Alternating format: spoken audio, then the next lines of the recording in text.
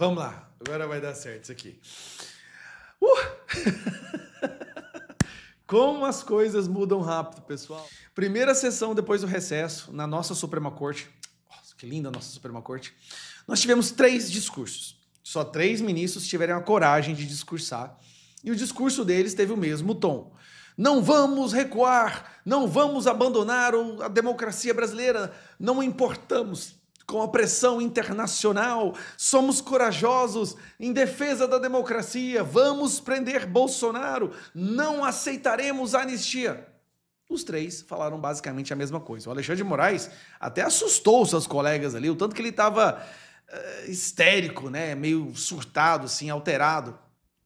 Pois bem, há 2 semanas depois, menos de 2 semanas depois, para te falar a verdade, sai essa notícia que eu quero mostrar para vocês. Ministros do STF discutem recuo possível em meio à crise com os Estados Unidos. O recuo, gente, não é um recuo de verdade, é só um recuo possível. Integrantes do STF discutem em conversas reservadas uma saída para amenizar a pressão dos Estados Unidos e evitar recuo no julgamento de Bolsonaro. Então, eles estão criando uma maneira de recuar sem parecer que recuaram. Vamos lá, vamos ver a matéria? Em conversas reservadas, ministros do Supremo Tribunal Federal discutem uma espécie de recuo possível. Adoro como esse aqui, né? Para a corte diante da crise com o governo dos Estados Unidos. A proposta em debate consiste em anistia pós-condenação para Bolsonaro e outros réus que serão sentenciados golpe de Estado. Peraí. Então, qual que é o recuo deles? O recuo deles é o seguinte, vamos entender.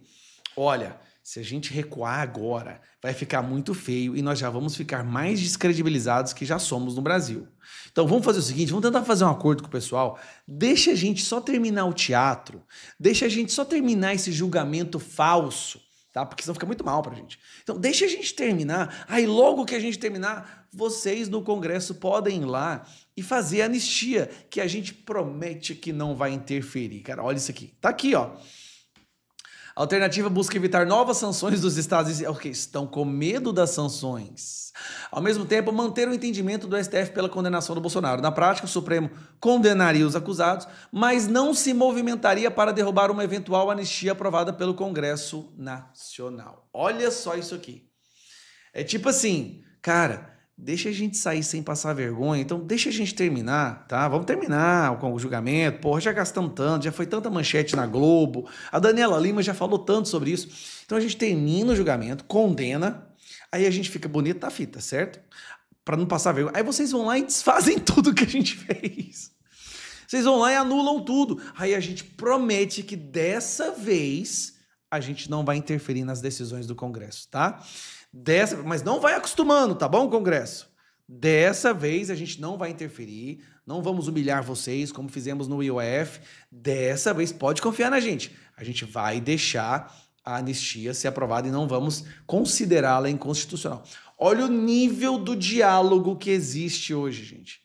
Me fala se isso é justiça. Me fala se isso é uma coisa que pode ser levada a sério. Como que qualquer pessoa hoje pode aceitar ter a sua liberdade perdida por uma decisão, por uma pessoa como essa aqui? Como que a gente pode aceitar? Esse aqui, coitado, esse aqui tá tendo a família dele toda ameaçada. Tá, assim, pior que ele quer passar anistia, mas a pena contra ele tá foda. Embora o recuo possível não altere o custo do julgamento do Bolsonaro, representaria uma mudança significativa, uma vez que a Corte manteria a decisão, manteria a decisão do Congresso, mesmo que governistas judicializem a anistia alegando inconstitucionalidade. Uma preocupação do magistrado do STF se essa medida seria de fato capaz de conter a ofensiva norte-americana, já que Bolsonaro seria condenado. Ok, eles estão com medo do seguinte, cara, tudo bem, a gente pode deixar a anistia aí, mas será que se a gente condenar Bolsonaro... Resumindo, tá? Deixa eu explicar para vocês. Eles estão cagados, com muito medo. Tá escancarado. Violaram direitos humanos, perseguição política, desrespeito ao nosso devido processo legal, desrespeito à Constituição, censura de cidadãos americanos, ataque a empresas americanas, pedida de extradição de jornalistas pelo mundo afora. Tá muito vergonhosa a situação da nossa Suprema Corte. Muito, muito vergonhosa.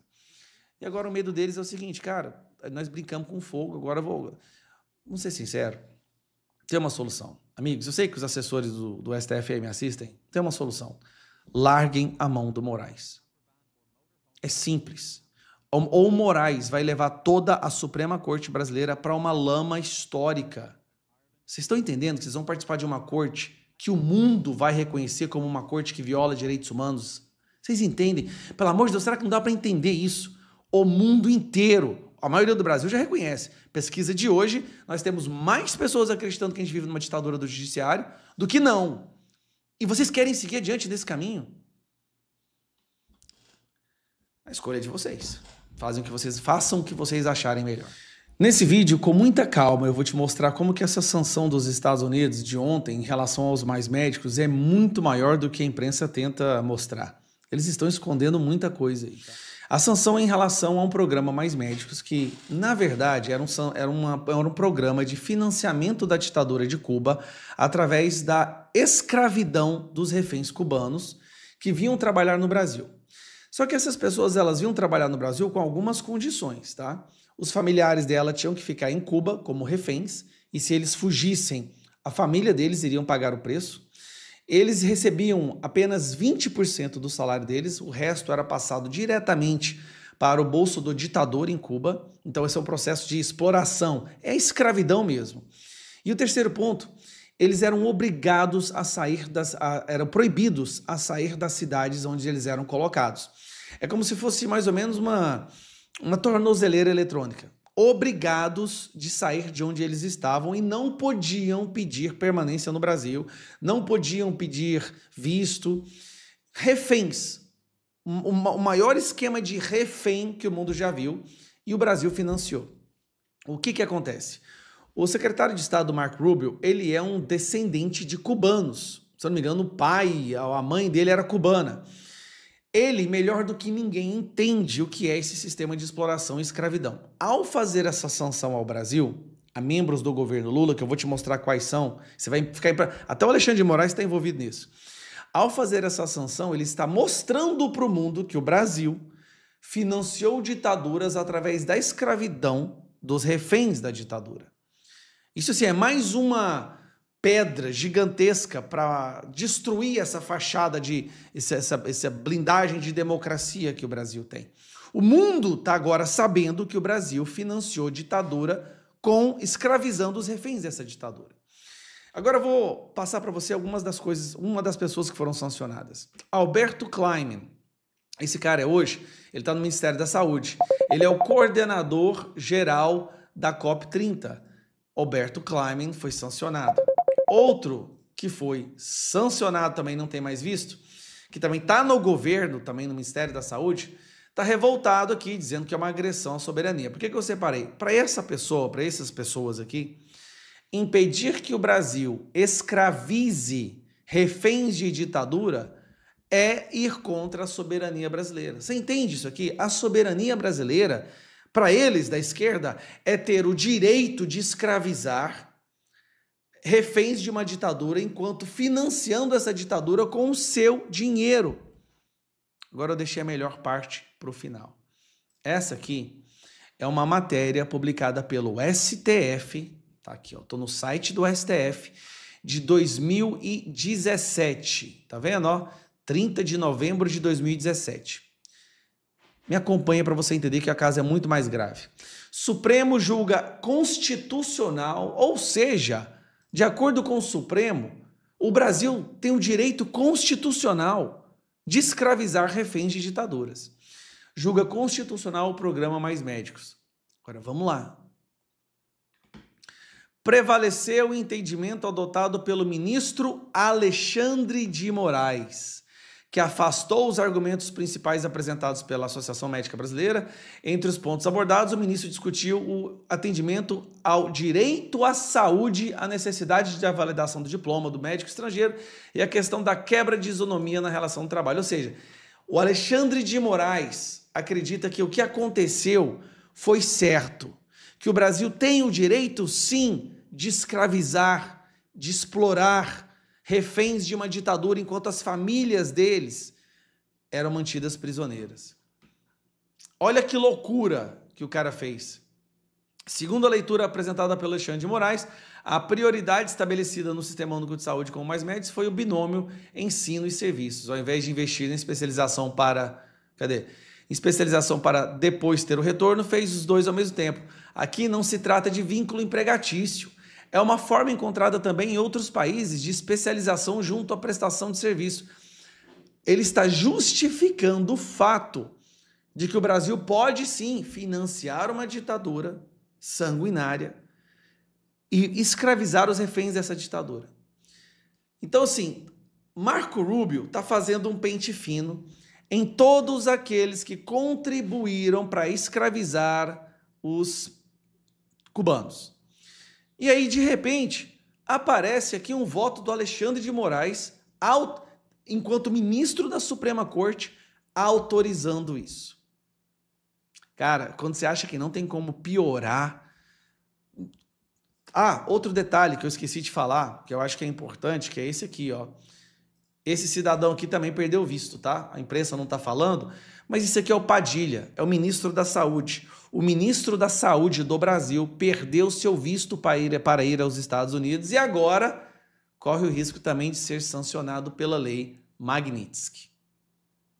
Parabéns aos envolvidos. O Brasil não só é visto como uma ditadura no mundo inteiro agora, como também um país que financia ditaduras para escravizar os reféns dela. Cara, nós estamos quase no nível do Irã. Mas antes de você ir para o próximo vídeo, eu quero pedir a sua ajuda. Para a gente vencer o sistema de desinformação do Brasil, a gente tem que ajudar as imprensas, a imprensa verdadeira que fala a verdade, que não aceita dinheiro público. É por isso que eu sou parceiro da Gazeta do Povo. Gazeta do Povo, gente, sabe quem escreve aqui? Nicolas Ferreira, Marcel Van Hatten, Cristina Grêmio, Rodrigo Constantino, um jornal que fala a verdade e já foi muito atacado por isso. Apenas R$ 4,90 a mensalidade para você se tornar um assinante da Gazeta do Povo. 80% de desconto se você assinar agora.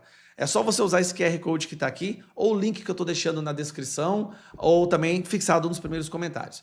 Para destruir a mentira, vamos fortalecer a verdade. Imagine a Gazeta do Povo superando a Folha de São Paulo e se tornando o jornal de maior assinaturas no Brasil. Já é um gigantesco passo para a gente resgatar a sanidade. Um abraço. Mas antes de você ir para o próximo vídeo, eu quero pedir a sua ajuda. Para a gente vencer o sistema de desinformação do Brasil, a gente tem que ajudar as imprensas, a imprensa verdadeira que fala a verdade, que não aceita dinheiro público. É por isso que eu sou parceiro da Gazeta do Povo. Gazeta do Povo, gente, sabe quem escreve aqui? Nicolas Ferreira, Marcel Van Hatten, Cristina Grêmio, Rodrigo Constantino, um jornal que fala a verdade e já foi muito atacado por isso. Apenas R$ 4,90 a mensalidade para você se tornar um assinante da Gazeta do Povo. 80% de desconto se você assinar agora. É só você usar esse QR Code que está aqui, ou o link que eu estou deixando na descrição, ou também fixado nos primeiros comentários. Para destruir a mentira, vamos fortalecer a verdade. Imagine a Gazeta do Povo superando a Folha de São Paulo e se tornando o jornal de maior assinaturas no Brasil. Já é um gigantesco passo para a gente resgatar a sanidade. Um abraço.